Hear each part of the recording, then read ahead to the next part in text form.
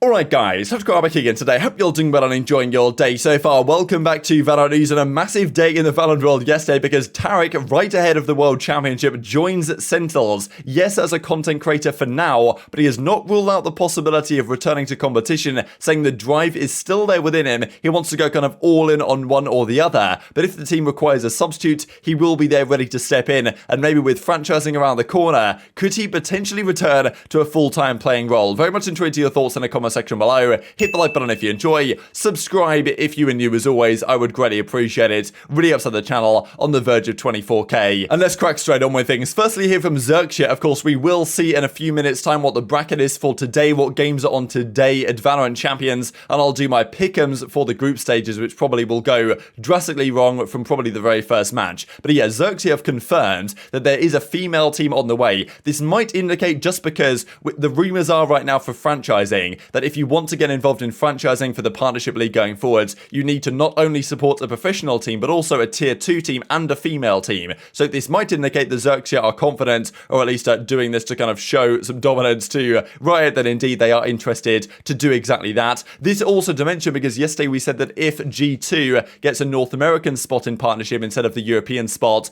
that is maybe more likely, then OG London United was an organisation that might be in there to potentially get their spot right. Now, London United is leaving Valorant. Obviously, they did the partnership with OG for quite some time. Now it's just going to be OG esports going forward. So that's also an update on that front for sure. This also to say from FPX, right, as they confirm that they're excited to welcome Rhyme and Neil Zinho as their substitute and analyst respectively. So Cider, or exactly how you pronounce it, from before, he's not going to be returning, I thought was interesting as their sub. They clearly are confident that their entire roster will be able to play here going into Champions, which of course is a good sign. They are looking to retain their title from Masters 2 and go back to back. That would be kind of incredible. They have definitely an achievable group, we'll see here in a second, but maybe far from easy as generally all of them are. But this was interesting, I thought, here as they say about Rhyme. He has shown impressive performance and IGL skills during his time in VCT NA. We believe he will bring some varieties to the team in the upcoming event. So interesting really, because you'd imagine Angel will be the full-time IGL, but maybe just having him as the sub, he can give some more, ideas, I suppose, to the team.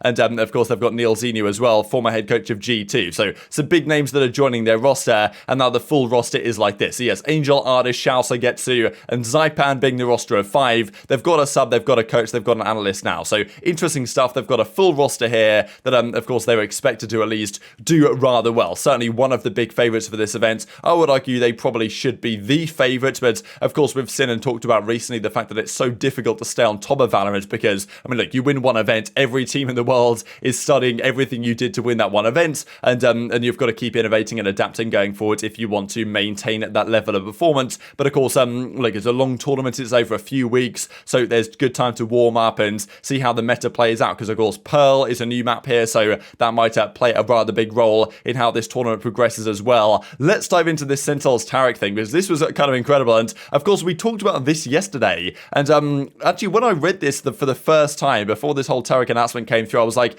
pretty interesting that they're sending one of their co-streamers to Istanbul, just because like in the venue itself, we heard the talking points a few days ago that the venue will be kind of commentated in Turkish, right? So it would be interesting to send anyone, like one of their, one of their streamers that doesn't necessarily have any Turkish heritage. And it turns out indeed they do have a co-streamer that has Turkish heritage, because Tarik joined Sentinels last night. This is honestly, I think people have been maybe predicting this for quite some time, that something like this might happen eventually. But it is quite impressive, honestly. I think the Sentinels managed to keep this stuff silent. Like, you've got to say they're making moves, right? Like, they bought TenZ in, that was a big move. They bought Shroud in recently, which was a crazy big move. And now Tarik officially joined Sentinels as well. Like, these guys are making plays, and none of that stuff ever gets leaked, which is like crazy to me, to be honest. Like, the Shroud thing, you'd have thought that was so big that someone would have found out about it. Same really with the Tarik thing, because like this has been, people have been saying for quite some time that Sen Tarik makes sense for many different reasons. Of course, we've got to spare a thought here for Nadeshot that we'll see in a second, because yeah, Nadeshot versus like Nadeshot and 100 Thieves, right? Of course, they've kind of wanted, and obviously he's talked to Tarik for quite some time about joining 100 Thieves, and he's chosen Sentinels instead, which is quite the scoop for them to make. But yeah, definitely congratulations for Tarik making this move. I think like it makes sense from a brand perspective all across the board, and it's just good stuff for Tarik. Now, what does this mean for their professional team? That's one of the other questions going on, because Tarik did say in a video, and I'll show a couple of clips from it here in a second, that look, he's not going to be a player for their team. That's not the plan. plan, and he's still going to be open to be as critical as he ever has been before. Like, because of course, like, he's critical about the Sentinels team when they do badly, and he's made it clear that, like, look, just because I'm part of Sen doesn't mean that I'm going to kind of take my foot off the gas in terms of criticizing the team if they do things poorly. He's intending to keep doing exactly that, to kind of, you know, keep the fire under these guys, to make sure they keep performing at a level that he believes they can perform at. Some initial reaction here. Congrats, little bro, says TenZ joining the kind of Sentinels organization, and then even Sinatraa says nice here in the replies. So that's kind of the crazy thing about this, right? The actual, you know, talent band that they now have together there on Sentinels. Shroud, Sinatraa, TenZ, Tarik, like all the big names they're here, and they've made quite a clear statement actually here, because even the Sentinels say he's officially a Sentinel. He's allowed to talk trash. He's streaming from the grand finals stage. So that's kind of, I don't exactly know how that's going to work, to be honest, like how he's going to co-stream it from the stage there, but he's going to be in Istanbul for the World Championship. I'm guessing he's going to go out there for the playoffs, right, and not for the group stages that are about to start today. But I mean, yeah, still nonetheless, the co-streaming is going to be immense, I'm sure. And this from Rob Moore over at the CEO of Sentinels, of course. He actually mentions here, 2021, we put together the best competitive team in the world. 2022, we put together the best content team in the world. And then next year, they want both, right? So quite the statement here, actually, because that's kind of the question that has been around Sentinels. Okay, look, they've got Shroud, they've got Tarik, they've got these guys on board, they've got ShahZaM, right? TenZ, you know, obviously good players, but streamers, you know, maybe not first and foremost, but you guys know what I mean. And the question has been, are they just a clout org, or are they actually committed to trying to win? And this statement here says, look, we're still trying to win. This year, we've kind of gone down the more content route, because, I mean, look, winning this year doesn't mean everything, because it's not even franchising yet. And creating a great content team and showing you can do that is pretty imperative for, right, selecting Sentinels as a partnership roster for next season. And once they get that, then they're going to focus on building the best team in the world once again. Now, will Tarik in any way be involved with this? So he does kind of an interview right here, kind of a 3-minute clip where he discusses what's going on with Sentinels. He says, I'll share a little bit for you guys in this video, where he says, yes, he's not going to be a player for the team, but he is very willing to be a substitute player, and if they need him, he can step into the squad. He's willing to kind of give his advice and his thoughts and his kind of criticism to the team to help them be the best they possibly can, and is also not ruling out the possibility of a return to competitive play. Yes, of course, he's killing it on the streaming side, as did Shroud for quite some time, and now Shroud's in a boat where he's looking to return, and of course has already, to competitive play. Tarik says the competitive drive is still there. He might do the same thing. I won't have much say on their competitive roster, and you know, I'm going to try to fire them up as much as I can. They had a quick rise to the top, and as a previous competitor, I know it's hard to get, it's easy to get there, but it's hard to stay there. So I'm just hoping that they do have another run to get back there and stay there for longer this time. Another thing that's cool is that the Sentinels org knows that I'm going to continue to be myself. They don't want me to, you know, hide who I am from the community. So I will continue to be critical of them and in what I see and how they perform.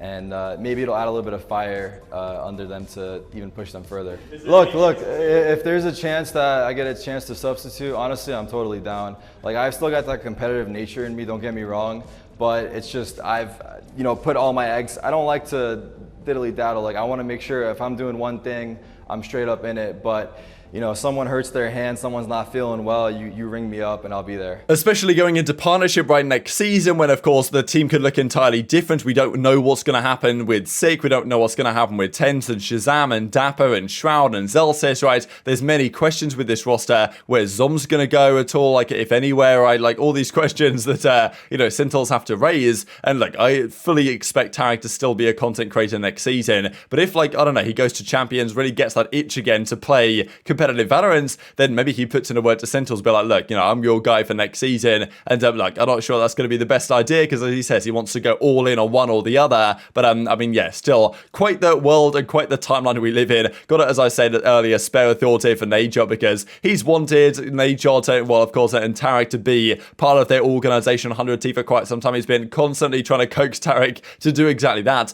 But I guess Tarik thought that where he is and for like the brand kind of fit with Sentinels made more sense that it did with 100T. And even as NAJOT says, just bought a jersey for my favorite player on Sentinels, and he buys the TenZ jersey, right? I think he also bought a Tarik one, but I think like this is a pretty funny tweet in fairness, because he's like, look, friendship ended with Tarik. TenZ is my new best friend, says NAJOT. And that's the thing, people have been joking about this for quite some time. I even saw this tweet here from Bo, because he tweeted this out earlier this season, and people have been joking about this for well over a year, I think, at this point, that Tarik should be joining Sentinels as, you know, one of their substitute players, because of course they had their issues with Zoms this year when they needed a sub, and Doms was like, no, I'm not subbing in for you guys. And then he said, yeah, actually I will, but now they were like, no, we're using our coach instead. So bit of a mess. Tarik does seem marginally more eager in case they need something, but let's then talk about Champions. So 16 teams, Champions begins today, and I wanted to do some quick pick'ems here, which I'm sure are going to be terrible. Firstly, just to look at the matches that are going on. So today there are only 2 games. It's Paper X Edward and it's Leviathan Team Liquid. So both games from Group A, and then over the coming days, of course, there's plenty more games to come and some TBD after that. Let's do some quick pick'ems then, because this Group A I actually think is really hard to call. I think I can't really not take Paper X, and I think I'm going to take Liquid, I reckon. So I'm going to take Paper X to get out of here.